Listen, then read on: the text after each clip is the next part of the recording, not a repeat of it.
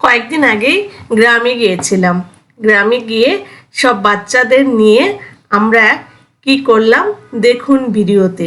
আমরা আলু বেগুন দিয়ে একটি মাখা মাখা ডিম রান্না করেছি, এরপর সাদা ভাত রান্না করেছি। মানে এটাকে গ্রামীণ ভাষায় বলে তুলা মালাই, মানে যেটাকে আপনারা পিকনিক বলে থাকেন। সুতরাং এতে যেটি হলো, বাচ্চারা খুবই আনন্দিত হয়েছে, ওরা নেচেছে গেয়েছে। ওদের জন্য আমি একটি সুন্দর পাঠাগার গড়ার স্বপ্ন দেখছি।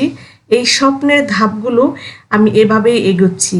দেখুন, ওরা যখন খাবে তখন ওদের চোখে মুখে কি আনন্দ, ওরা খুবই আনন্দ নিয়ে এই সামান্য একটু খাবারই কিন্তু খুব আনন্দ নিয়ে খাবে। আপনারা দেখছেন আমি বেড়ে বেড়ে দিচ্ছি, ওরা একটা একটা করে প্লেট এগিয়ে দিচ্ছে। ওরা সব বাড়ি থেকে দৌড়ে নিয়ে এসেছে। ওরা কয়েকজন আবার এক মুঠো দু মুঠো করে চাউলও এনে দিয়েছে। আমি এবার ওদেরকে খাইয়েছি, কিন্তু ওরা নিজ উদ্যোগেই বলছে আমরা একটু চাউল নিয়ে আসি, সেটিও আমরা নিয়েছি। এরপরে আমরা যেটি করি, বিভিন্ন জনকে দিয়ে, যেমন একজন লাকড়ি এনে দেবে, আরেকজন একটু লবণ আনবে, আরেকজন একটু তরকারি মানে আলু বেগুন এনে দিবে। এরকম যৌথভাবে এই সংস্কৃতিটা আমরা চালু রেখেছি।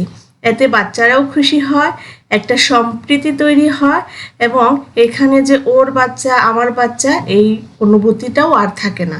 সুতরাং আপনার গ্রামে যান, গ্রামের সংস্কৃতির সঙ্গে নিজেদের মিশিয়ে ফেলুন।